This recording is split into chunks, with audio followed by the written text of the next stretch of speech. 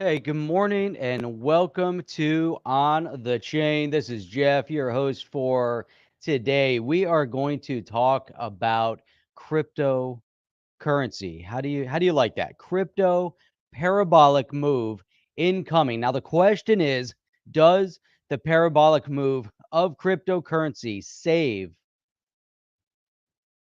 everyone from global economic collapse? Now, there's a lot of discussion because the thing is that as cryptocurrency seems to be scaling in an upward trend, and it appears that, on a global scale, people are faster and faster moving in a direction of crypto adoption. Now, as we look at this crypto adoption, regardless of what that asset might be, we're also seeing a flee from fiat. Now, when we talk about fiat, then we also have to reference this notion of CBDCs, central bank digital currencies, and we have to put them in parallel with one another. So we have to put cryptocurrency, CBDCs, and fiat and try to identify the direction they're moving in. Now, with all of that going on, as we like to talk about here, politics seems to seep its way into economics. Now, you try to stay very, we try to separate between the two, right? But it's not possible. Geopolitics and economics are always intertwined and always will be intertwined. And so when politics go bad, how does that then impact us economically? And we're going to get into things like that. I like to stay positive because cryptocurrency is really been amazing, regardless of all the pushback that we're seeing on a global scale from different angles, from different areas.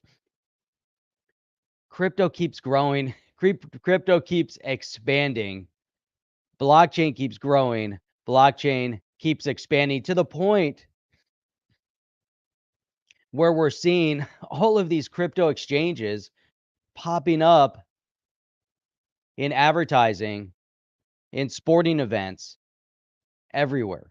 Now, once you get to that point where it becomes commonplace to see ads for crypto.com or FTX, or you hear a lot of discussion over Coinbase and what Coinbase is doing, then you know that things are changing. And you know that from that change, all these years or months or whatever it might be that you've been involved in crypto, saying, when is it going to happen? Well, at this point, we are on the precipice of good things in the crypto space. We've seen amazing things over 10 years. That's it. 10 years. This space is young. However, this space is going places. So join me as we get into this in more depth, in more detail, and I'll shout people out as they come in. But if you guys are ready to kick this thing off, I think I'm ready to kick it off. So let's go. Welcome to On the Chain. Now, as always, if you haven't done so already, make sure you run out, get your espresso, get your strong coffee. If you're making drip coffee, I don't know. And drip coffee is more like kind of like a brown water. Maybe they add some caffeine. I know, the best day of waking up is Folgers in your cup, but I don't know if that really works that way. So you got to get something a little bit stronger, especially as we go through everything that we're going to be talking about. So hang on, bear with me. See, that's good. It's dark, it's rich, it's got a good texture to it. Man, got good flavor. The problem is if you use drip coffee, then you got to put sugar in it and milk in it. If you've ever, it just, ah. So, anyhow, on to good things here. I want to give a quick shout out to everybody that is joining us. We got Marshall White was the first one in today. Good morning, everyone. Happy Saturday. And we've got Puppy Love tuning in from Norway. So it's awesome because we have people all over the world that tune into On the Chain. So we've got Die Hard from Sarasota, which is in Florida, Sean Smith from Western Australia, Marshall White tuning in, and Puppy Love from Norway. That's outstanding. Absolutely. It's cool to see everybody coming in. Chad Berry, sea salt cinnamon is great. Yeah, you put a little bit of, got to get a good quality sea salt. It's funny because years ago, I remember buying pink Himalayan salt.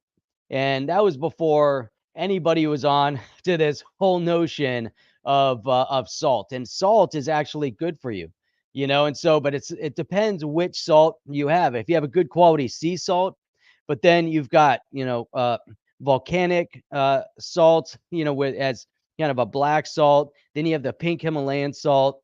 And if you cook with salt, it actually brings good flavor out of your foods. But then you have just your regular, table salt, which isn't so good for you, so there is that. We got Jim D with his Yeti with a full cup of French roast. So you can get that little percolator. You can get your French press. You can get all sorts of great stuff. Jim D likes the Redmond salt, which is great. So awesome. Sophie, snow. Not sure where you're tuning in from, but it's snowing wherever Sophie is. So there you go. Tony from Portugal.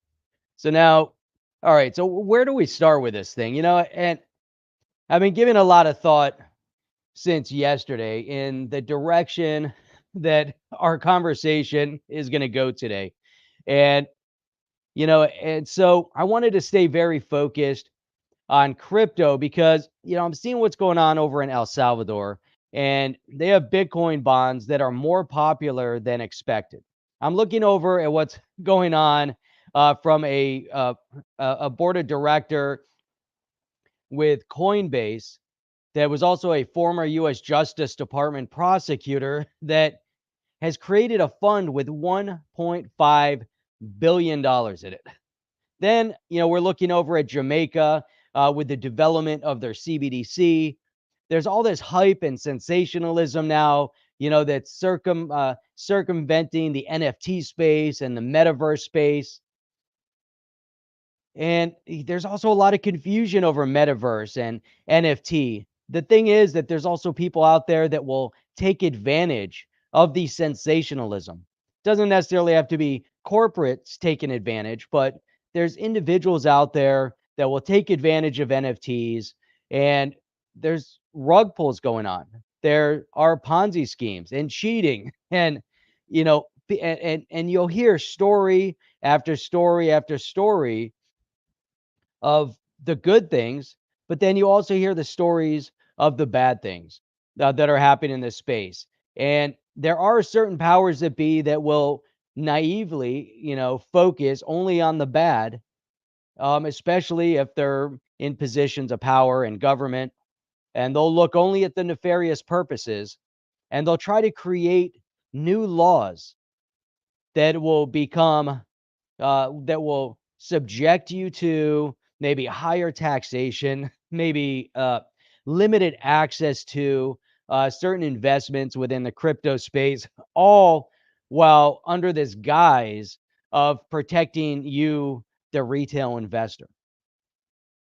Then, as we go along, I noticed that there's some conversation at the IMF, which the IMF is a non-governmental organization that claims itself as the International Monetary Fund and the protector of downtrodden nations.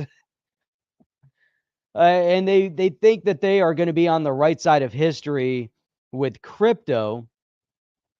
But there's also conversation over the US dollar that's declining as a reserve currency, while the digital yuan is there to replace it and catch it. So, yeah, we can't go by without, talking about what's happening with that. And Bitcoin heading over to Africa. So we've talked about the crypto expansion, whether it's in Latin America or Africa or Asia. And this notion that what blockchain can bring to the people is amazing. It's not just, the asset itself. Maybe it's, one asset could be a savior to onboard, a billion people. But the idea of self-sufficiency, the notion of being self-reliant, to be able to create something from nothing, to be able to take care of yourself, to be able to take care of your family, and to be the captain or the steward of the direction that your life takes. Instead of being just another worker bee subservient, whether it's to an overreaching, overzealous government, or just another number on a spreadsheet of some large corporation. But blockchain and cryptocurrency has given people an opportunity, whether they're going to invest in themselves or they're going to invest in themselves through creating and building a business. There's certain powers that be within government that want to take that away. There's certain powers that be, certain community organizers, certain politicians that adhere to claiming themselves as social justice warriors. Social justice, another terminology for socialism, another terminology from taking away from those that do and giving to those that don't. So you have to be very, very careful when politics go bad. You have to be very careful on who you latch your vote to, who you latch your allegiance to. And you have to understand the notion of self-sufficiency and being able to build and do for yourself.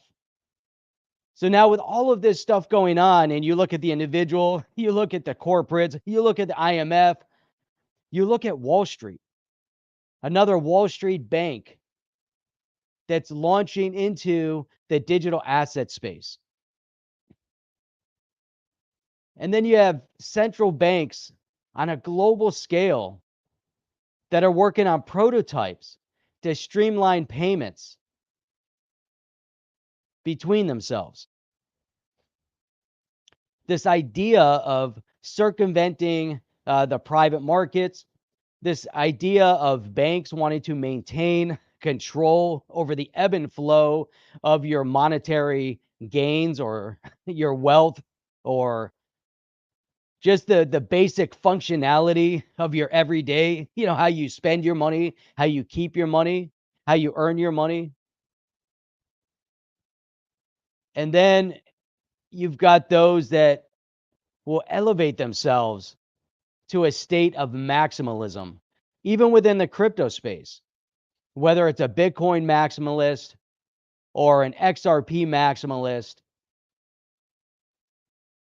You get to this point where you begin to divide the notion of what was bringing everybody together to begin with. I've heard a lot of negative talk about Coinbase, let's say, after Coinbase went public. I've heard a lot of talk over time about this idea of corporate entities that are getting into crypto. We've heard crypto is bad from politicians. We've heard certain crypto is bad because it doesn't meet or fit within the narrative of green energy. We've heard that certain crypto is bad. Maybe all crypto is bad. Maybe payment platforms that deal with crypto are bad. Maybe the exchanges that deal with crypto are bad. We've heard from certain politicians that there's bad actors in the world that we already know about. There's bad actors, there's bad nations. But because there's bad actors, they need to take a second look at cryptocurrency and what crypto might mean, because those bad actors might circumvent certain policy and use crypto, and that's bad. And it needs to be investigated further.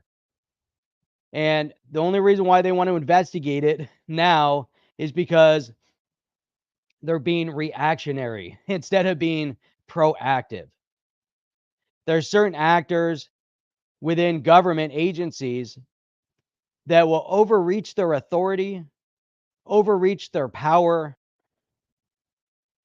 all for what? Now, an overreaching of authority and power can cross all party lines, and we've seen it.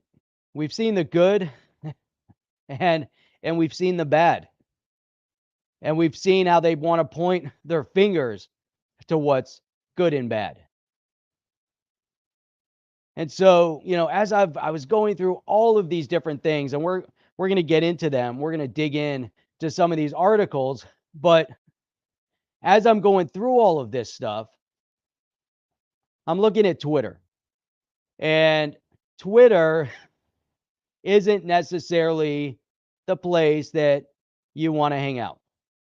Because when you hang out on Twitter, or you get your Twitter feed notifications, you start realizing that there's too many people out there that consider themselves to be, modern day Clark Kents. I don't know, maybe, know what newspapers they work for. You know, I, I don't know, where they're getting their information from. I don't know why there has to be a boogeyman, hidden behind every turn. I don't know why there has to be a hidden document that can be found by, a common everyday, person uncovering hidden documents on a daily basis with hidden messages and hidden meanings and secrets that only they can uncover. I don't know why people want to connect dots because they're looking for a specific desired outcome. So they draw the dots to, in the end, achieve whatever whatever their desired outcome is, you know. But this is a notion of where we start seeing this separation. We start seeing this idea, that sometimes sometimes something is just because it is. Doesn't mean that there's something hidden behind it. Just because someone is in a meeting doesn't mean that they adhere to whatever notion someone else in the same meeting adheres to. It gets so out of control. It gets so crazy. But at the end of the day, people are here together for a reason in the crypto space. Why are people investing in cryptocurrency? Are people investing? What's up, DNI? Geopolitics, bad signal. I said IMF, and DNI shows up. That's how it works. I say IMF, geopolitics, and DNI shows up. That's all I have to do. It always works. It always works. So that's how it goes. And yes, so now Janet Yellen is for crypto. They want you to believe that they have your best interest at heart. So, and Mr. Wright is right. Mr. Wright, right. Because of bad actors is why we need cryptocurrency. Now, why do people invest in cryptocurrency? Think about that. People are investing in cryptocurrency to better themselves, to better their lives. People came to cryptocurrency because they see a technology that is developing, that is expanding. They see a technology in the payment space that could potentially replace fiat. and all the things that are broken within the current infrastructure. So so I'm trying to parse my words and in a way, that I don't offend anybody. And the reason why is because, I adhere to a certain political thought process. And if I come out aggressively to defend my stance, then all of a sudden I become the bad guy.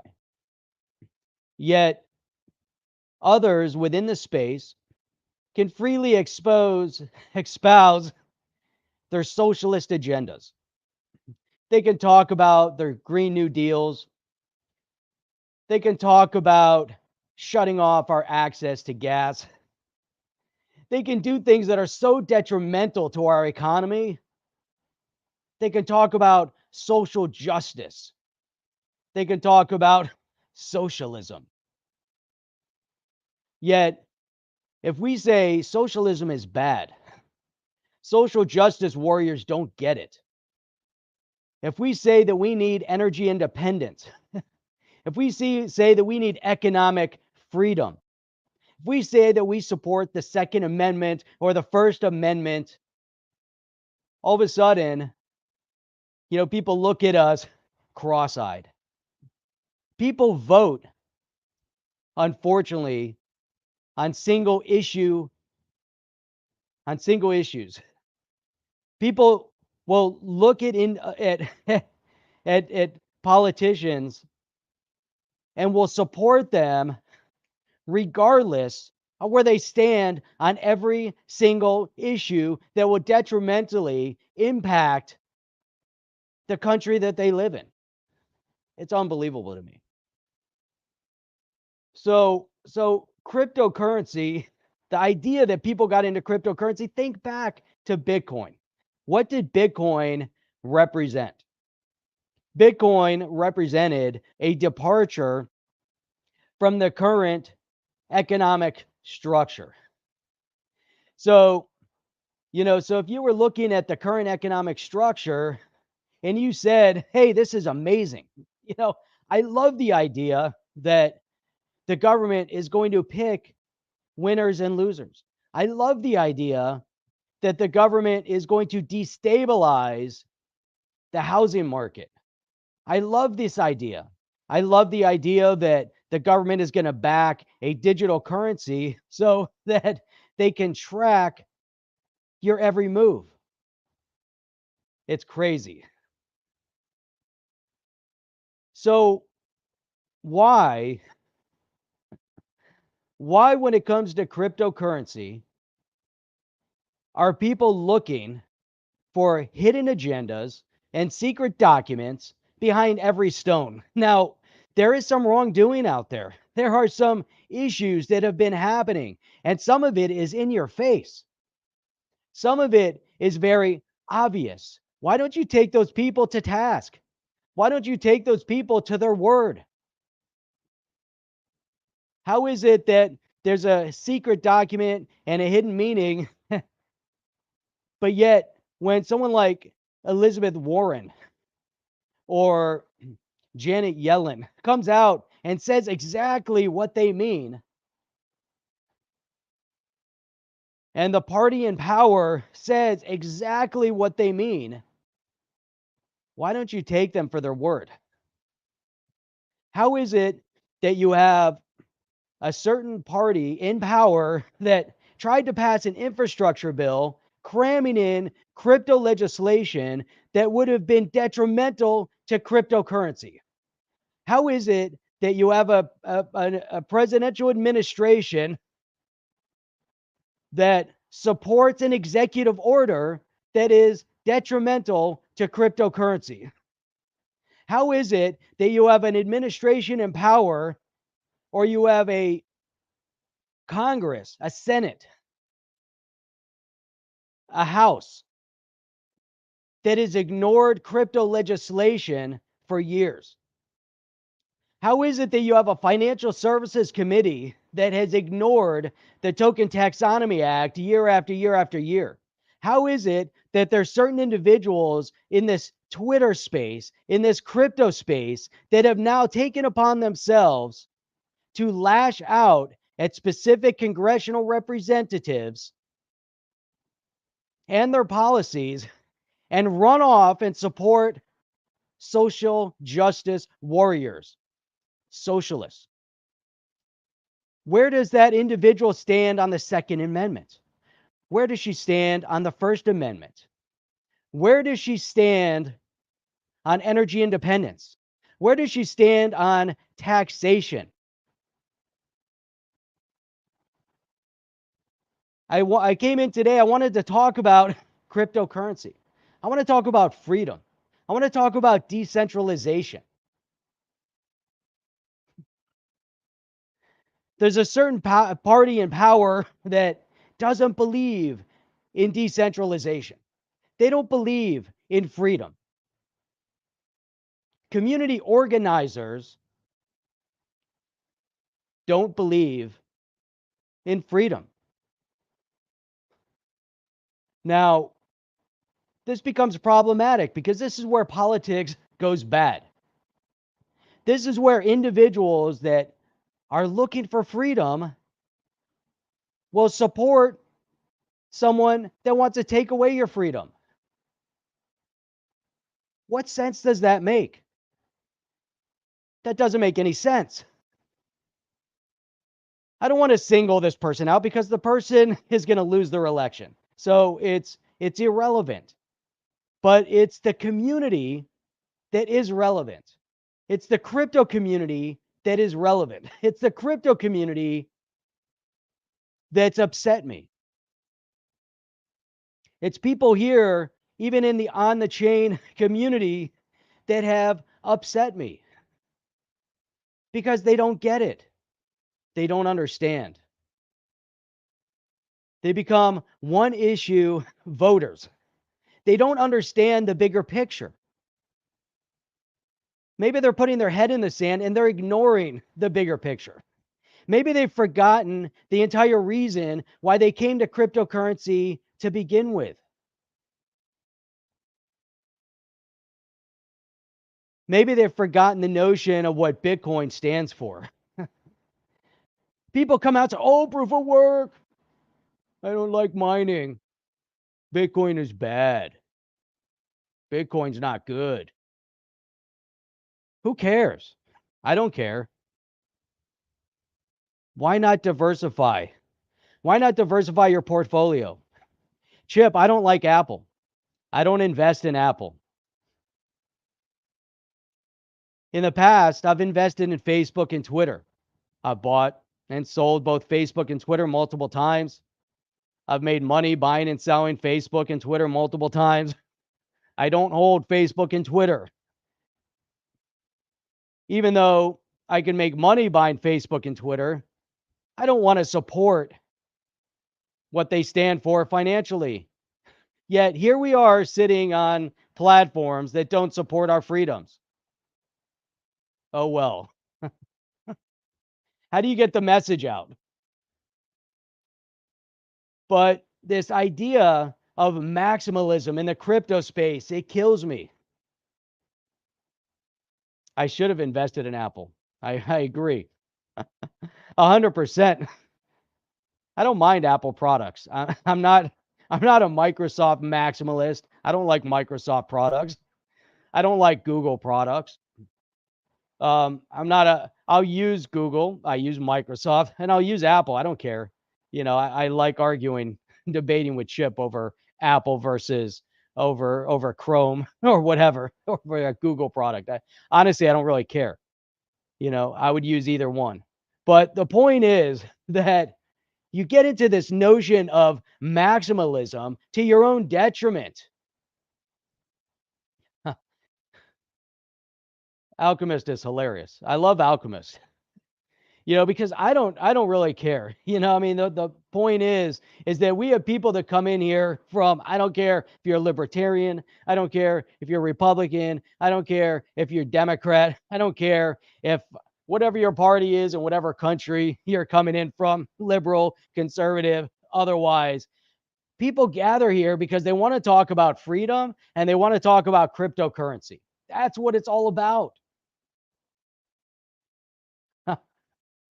You know, that's what it's all about. I like coffee. Some people like tea. I'm a coffee maximalist. I don't like people that drink tea. You know what? I drink tea too. What in the world has gone on, with people? It it it kills me. I have all this stuff that I wanted to talk about today, and yet I get sucked into reading this Twitter feed. I look at people singling out the Ethereum Alliance, the Ethereum Foundation. It must be evil. It must be bad. Ethereum is so bad.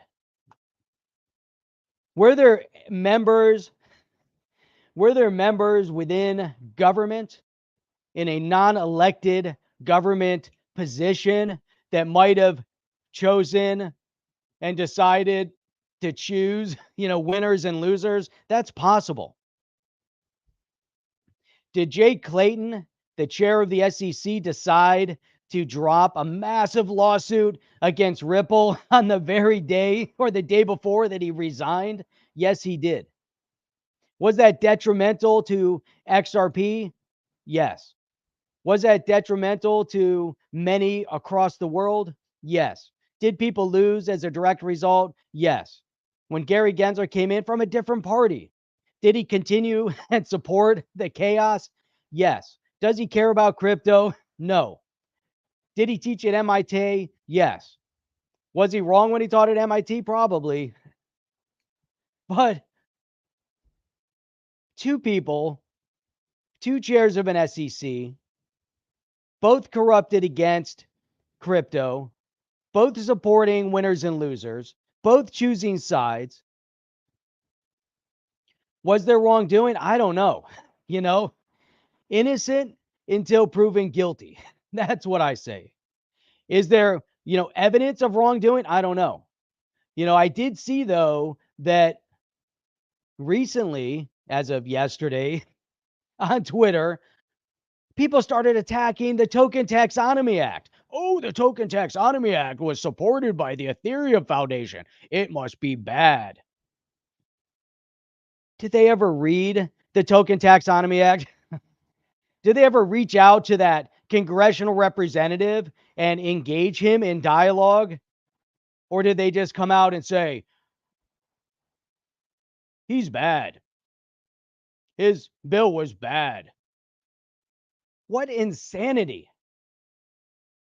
Now, if you want to get a bill passed through Congress, do you think you do it by just coming to the XRP community and saying, hey guys, within the XRP community, I'm trying to pass this bill through Congress and I want to be an XRP maximalist. Or maybe I don't understand XRP, so I'm going to beat up on XRP. And I'm going to upset the XRP community because I'm going to be an Ethereum maximalist or a Bitcoin maximalist. Or maybe I'm looking at crypto as crypto more from a generic perspective because I don't really understand either any of the different digital assets. So I want to be digital asset agnostic. Or maybe we're trying to pass legislation and you have to bring it to every single organization to try to get your cryptocurrency legislation passed. Maybe there's certain representatives like Warren Davidson and Darren Soto and others, Tom Emmer and others, that are trying to pass positive crypto legislation. Then there's others like Elizabeth Warren and the Shermanator and others that are antagonistic to cryptocurrency. Maybe you have to talk to all organizations to pass your legislation.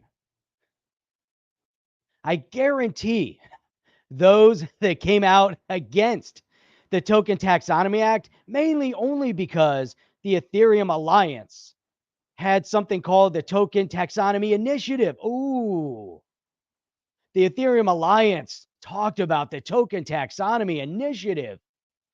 The Token Taxonomy Act must be bad.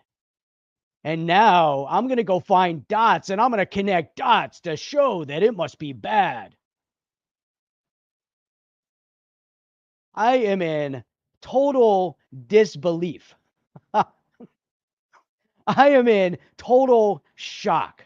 And then this individual on Twitter runs off and looks for the candidate that is running against Warren Davidson and says, I'm going to support this candidate. Oh, support this candidate. Oh, by the way, where do you stand on XRP? You know what? Where do you stand on cryptocurrency? Where do you stand on freedom? Where do you stand on energy independence? Where do you stand on the First Amendment? Where do you stand on the overreach of social platforms like YouTube and Twitter and Facebook? Where do you stand on the Second Amendment?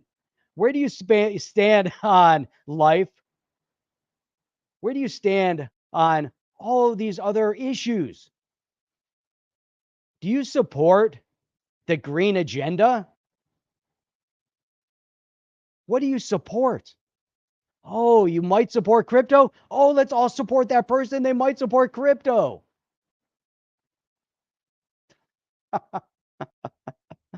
Oh my God, it's hilarious. It's hilarious.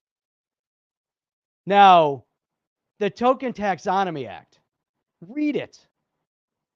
Read through the Token Taxonomy Act. You know what? It got zero support within committee. Why didn't it get support within the Financial Services Committee? Did anybody ask? Is it because, oh, the Ethereum Foundation might have supported it? How stupid does that make you sound when you say, oh, the Ethereum Foundation had to support the Token Taxonomy Act? Maxine Waters is the chair of the Financial Services Committee.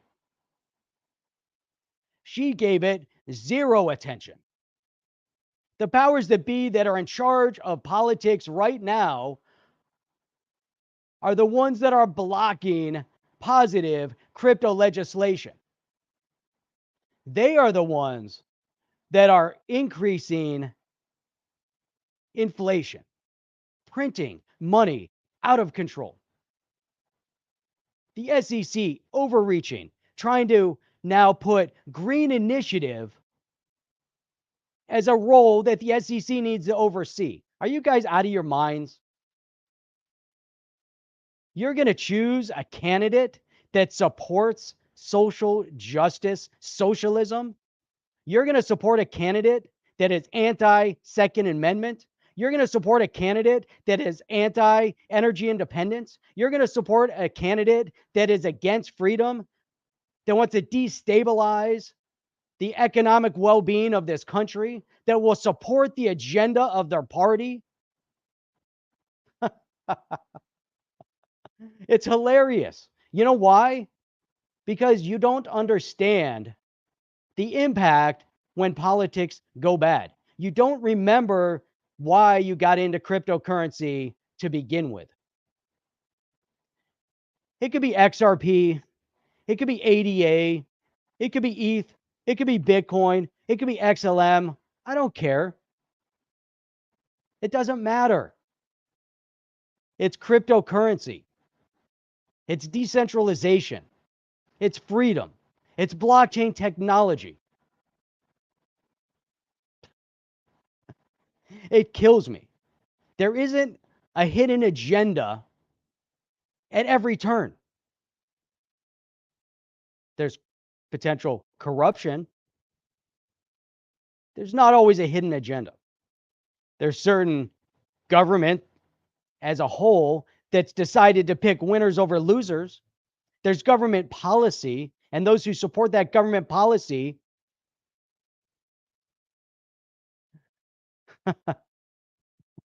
oh my God, it's the craziest thing. It's the craziest thing. Bitcoin. Remember why Bitcoin came into being to begin with.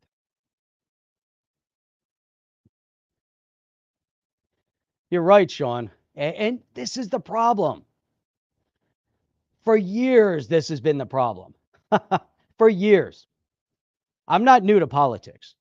I've been involved in politics. I don't want to say my whole life because maybe my wake up call was at 9 years old. That was my wake up call. My wake up call to the realities of what freedom represented was at 9 years old. Born in the US, grew up overseas. I've seen it. I've seen different levels of it. I've seen the impact of communism, socialism.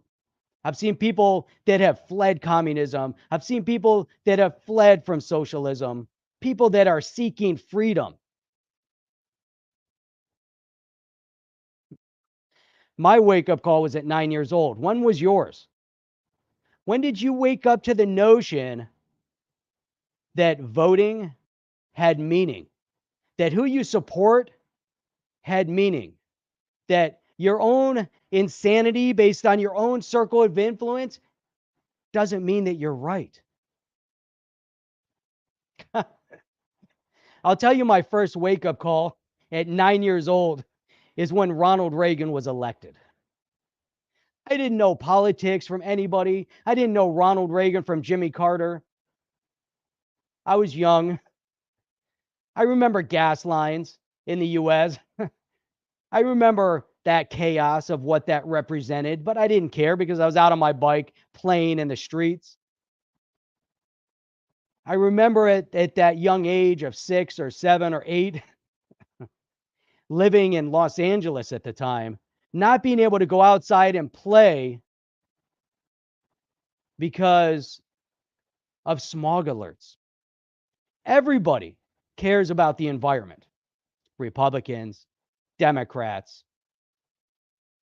big pharma, chemical companies, maybe not so much. Maybe they like dumping chemicals in waterways. One of the times that I was over in India, I was invited to go see the sunrise over the Indian Ocean. I was told, if you're here in Chennai, you have to see the sunrise over the Indian Ocean. I said, hey, that's amazing. I would love to see the sunrise over the Indian Ocean. I go down to the Fort Lauderdale beach every weekend to see the sunrise. At that time, my son would actually wake up with me and we'd be in the ocean sometimes at 6 a.m. swimming before the sun rose, waiting for the sun to rise. So here we are on the Indian Ocean, and we get out of the car, and I see people on the boardwalk doing yoga and walking. We start walking down the beach. And the ocean front on the Indian Ocean in Chennai is one of the largest beaches in the world, from boardwalk to ocean. So we're walking through the sand. People were living on the beach. There was garbage mixed into the sand. There were wild dogs. It was a shock to see everything that we saw. I saw boats, those little canoes, fishermen with fishing nets going out to fish for the morning. It was an amazing sight. There was haze over the horizon, clouds in the sky. It was a little bit warm that morning. And as we're walking down the sandy beach towards the water, the person that we were with told me, he said, don't touch the water. And I said, what do you mean, don't touch the water? And he said, because it's polluted. And I said, but that's the ocean. He said, yeah, but you see that river a little bit north of us? They're dumping chemicals and raw sewage into that river. And we're downstream from the river, and it's polluting the ocean. And I said, but those people are fishing. And he said, yes, those people are fishing on the Indian Ocean. And I said, but how are they eating the fish? And he said, exactly. And I said, well, where do those people live that they're fishing on the Indian Ocean in the polluted water that I can't go walk down and touch? So we went and we saw where those people lived. We took a drive. If you've ever been down in, Fort Lauderdale or Hollywood Beach, or probably a lot of beaches around the world, and old Florida with the single story motels and the single story shops and the single story dwellings, maybe a single, two-story dwellings. That's what we saw as we were driving down the street. Across the street was the Indian Ocean. It was amazing. I saw a child, maybe 10, 11, 12 years old, filling up a bucket of water from one of the showers. Goats playing around him. I saw a steer, a cow walking down the street. I saw goats, horses, wild dogs running, kids playing, adults milling about. This was at sunrise. It was a wake-up call. People want freedom. People want a step out of that. People want a nice environment. People don't want an overreaching, overzealous government that's going to continuously choose winners from losers. I mean, it amazes me that we can have a discussion, that we can have an argument, that we can have discourse, and we can do it calmly. We can do it together. You know what? I mean, I look at the Token Taxonomy Act, and it was supported by Warren Davidson, who's a Republican, and Darren Soto, who's a Democrat. I might not see eye to eye with everything that Darren Soto believes in, but you know what he does believe in is cryptocurrency. And you know what he does believe in is the notion of freedom. He doesn't adhere, as far as I know, to every notion of the social justice socialism, but he did support that legislation. And that was important. Now, would I vote for him? No. There's no way I would vote for him. But being that he's there and he supports what he supports, it's confusing to a lot of people. But it's detrimental to the expansion of cryptocurrency when you no longer remember the reason why you're supporting crypto to begin with. It kills me. I mean, I'm shocked. Jungle Inc., I love you, man. You're here. Want to give you a quick shout out. D and I both, have been in this crypto space a long time, both with YouTube channels. Crypto Eddie, want to give you a big shout out as well. You're amazing. You've done amazing things for this space. Really, the three of you guys, Jungle Inc., Crypto Eddie, DNI, have done amazing things for this crypto space. We don't all have to see eye to eye on everything from a political perspective or a geopolitical perspective, but we do have to all agree on one thing, and that is freedom. We have to support freedom. We have to support the notion of political overreach. We have to understand the notion and the concept of what happens when you decide you're going to vote for the wrong person. We have to understand that there's more than just crypto. Crypto is just a means to an end. Crypto is just money. If I wasn't invested in crypto, I'd be invested in real estate. If I'm not invested in real estate, I'll be invested in stock. What difference does it make? We've all chosen a vehicle of cryptocurrency. Great. That's awesome. I can always agree to disagree with Alchemist. He wants to continue promoting his notion of right-wing lunatics, and I'm going to continue promoting my notion of left-wing lunacy. Who cares? the end of the day, we're both going to sit here and talk about freedom. I know that I'm right. Alchemist thinks that he's right. And then so be it. That's how the world goes round. So money is money. Investment is investment. That's what it's all about. You can't take a maximalist attitude, but you have to remember at the end of the day what is significant. You can't adhere and follow XRP all the way to your downfall, to your detriment. At some point, you're going to have to potentially move that investment. It's amazing. At one point, you're going to say, I'm not going to invest in Bitcoin. I'm going to invest in XRP. One day, you're going to say, I'm not going to invest in XRP. I'm going to invest in Bitcoin. One day, you're going to say, I'm going to invest in Ethereum. One day, you're going to say, I want to invest in Cardano. One day, you might say, I want to invest in XLM. Great. That's amazing. It is amazing.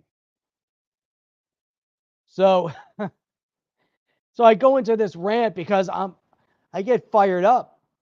I look at cryptocurrency. I look at what people are doing. Peace is a choice. I choose to not give anyone free rent in my head. Patrick Bruce. Man, that's deep. It really is. Think about that. Think about that for a minute. It's amazing. You won't give anyone free rent in your own head. You don't have to get delusional. You don't have to get fired up. You don't have to let people upset you to the point of irrationality. There are powers that be that want to take away your freedom. There are powers that be that don't support the First Amendment. There are powers that be that think that Twitter banning your speech is right. There are certain powers that be that think Facebook banning you and blocking you is right. Great. You know what? They support socialism. They support communist thought.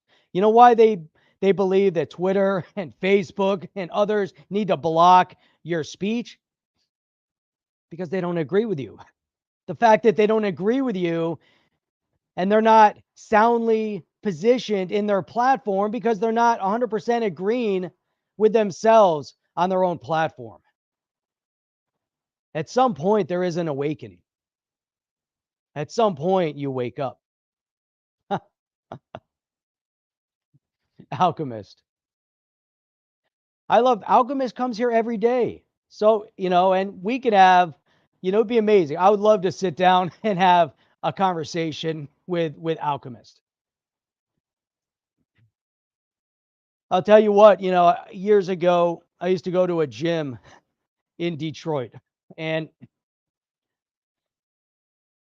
it was amazing. I used to love going to that gym. It was great. And I remember, at the end of the night, what a great crowd there would be there. I would sit downstairs, sit in the sauna. We'd sit in the jacuzzi. The sauna was the gathering place. There was like a jacuzzi, a sauna, a steam room, a swimming pool, workout, swim laps, and then come and sit in the sauna. The sauna was where it was at. That's where all the discussion happened. And there was one guy there. He was bitter. He had a chip on his shoulder. Maybe rightfully so. I don't know. But we'd have conversations and it was amazing, the conversations that we would have. He was obviously wounded in Vietnam. I would say, obviously he was. He was bitter. He saw that the whole world was out to get him, possibly. I don't know. He used to look at me and say that if I didn't support him and his thought process, I was racist. So we'd sit night after night after night. We'd have conversations. He would tell me that you're either part of the solution or you're part of the problem. He'd tell me I was a part of the problem because I didn't support him. I would tell him he was a part of the problem because he didn't see things, or he saw things slightly through jaded eyes. He said, if I didn't support him, I was racist. I said, based on your thought process, you're racist. Great. Let's sit and have some more conversation night after night, week after week, month after month, for years. We'd sit there. There would be a whole group of people. Some people would tell me, just ignore him. And I would say, why? We're having an interesting conversation. And we'd sit there. It was so interesting. Did I agree with him? No. Did he agree with me? No. But it was interesting. And that's how it was. And so what? It was great. And it's a wake-up call, and that's just how it is. People are going to think a certain way. Why am I going to, like, yeah, why that comment that I just threw up on the screen, why would I give, free space in my brain? Why do I have to have his thought process and his issues impact me? I know I'm right. He thinks he's right. Again, I don't know the life he lived. He doesn't know the life I lived. But we could come together every single night and we could sit there and we can have a conversation. That's great. Censorship is bad. Looking for boogeymen behind every turn and secret documents, I'll tell you what, isn't healthy. It's not healthy. Man, cryptocurrency, digital assets. That's why we're here. We have a huge community that love XRP. We hate the idea that the SEC has been overreaching. We hate the idea that Jay Clayton dropped a bomb on the XRP community. How did they do that? They filed a lawsuit against Ripple. That's crazy.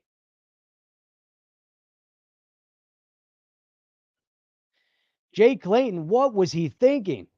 I keep saying there's more to it than we'll ever know. There's more to it than we'll ever see. It's not just about the Ethereum Foundation. It's not just because he supports Ethereum. It's not because he's looking for a big payday. There's so much more to it. Why is Gary Gensler, so enthusiastic about controlling cryptocurrency? Why has there been such a delay in crypto legislation? Why hasn't the Financial Services Committee picked up discourse over the Token Taxonomy Act for 4 years? Why hasn't any pro-crypto legislation actually passed in the US? Why is it that in England and Japan and other countries, why has there been positive movement on crypto legislation, but in the US there hasn't been? Man, it's crazy. It's crazy. That's it.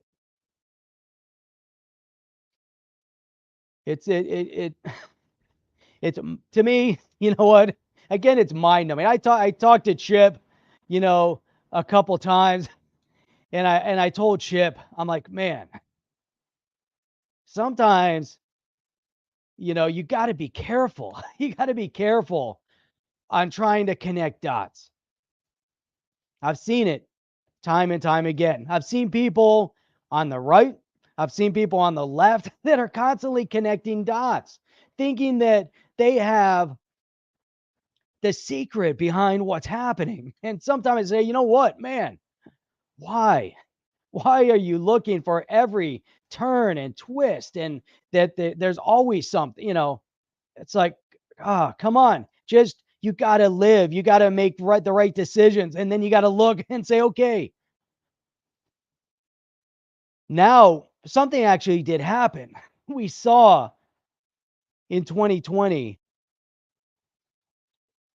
2016, 2014, we saw something happen. 2008, There's a lot of things that have happened over the years. Man, we saw an economic meltdown in 2008, 2010. We saw a new administration come into power in 2008. We saw governments picking winners from losers. We saw initiatives that destabilized our economy. We saw slow growth and economic recovery. We saw false narratives dictated by the media and social media. We saw what social media did to people if they didn't support their agenda. That's not a hidden document. That's not connecting dots. That's the reality. That's exactly what happened. If you came out and you said COVID, you were blacklisted on social media. You had to say beer flu if you were in favor of it, if you were against it. If you say something pro-Trump, something anti-Trump. Social media got out of control. I learned years ago that, you know what, you can step away from the keyboard. You don't always have to have the last word on social media because it is meaningless. But cryptocurrency, people were banned and blocked because they talked about cryptocurrency. Our channel was deleted because we talked about cryptocurrency. Other people's channels were deleted because they talked about cryptocurrency. Tony Edwards' channel was deleted because he talked about cryptocurrency.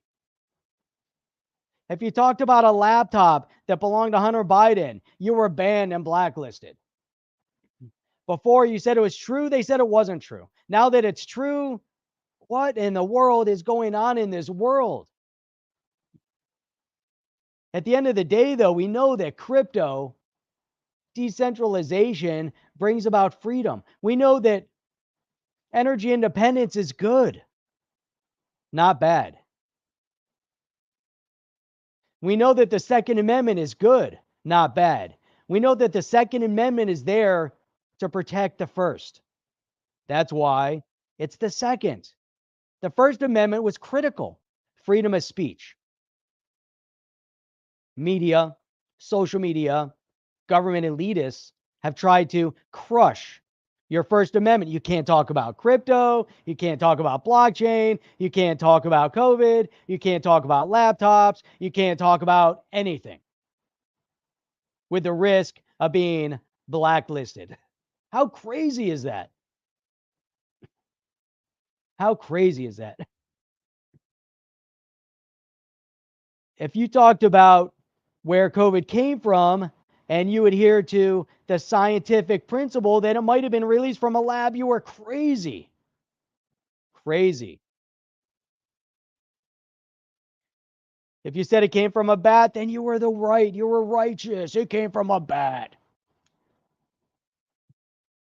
If you said that this laptop released that was found actually belonged to Hunter Biden, you were crazy. Now the New York Times says it, and you're righteous. What? That's when politics go bad. Holy cow. That's my rant for today. It's insane. It's insane. It really is. Man, oh man. People support freedom on both sides of the aisle, both Democrat and Republican and Libertarian. Some people want bigger government. Some people want less government. Some people want higher taxation. Some people want less taxation. Some people want to monitor your First Amendment. Some people want to monitor your Second Amendment. Some people want you to have a First Amendment and Second Amendment. Some people want limited taxation. Some people want increased taxation. Some people want energy independence. Other people don't. You guys have to decide where you stand. I know where I stand. I know what I want. This is Jeff here on the chain, talking about decentralization, talking about freedom, talking about XRP, talking about Bitcoin, Ethereum, Cardano, XLM, whatever it is that you adhere to. And with that, you guys are awesome. Every one of you. I love seeing everybody's commentary. Thank you, Crypto Eddie. Thank you, Alchemist. Thank you, Jungle. Thank you, DNI. You guys are all outstanding. Love to see you guys gathering here with us every Saturday and other days of the week, Sunday through Thursday, 8 p.m. Eastern Standard Time. And we'll check you guys out again tomorrow night, Sunday, 8 p.m. Chip and I will check you guys out on the next one. I am out of here. What's up, Sir John? I'm out. I'm out. Out. Are you down with OTC? Please like, subscribe, and click the bell to be notified when the next video drops.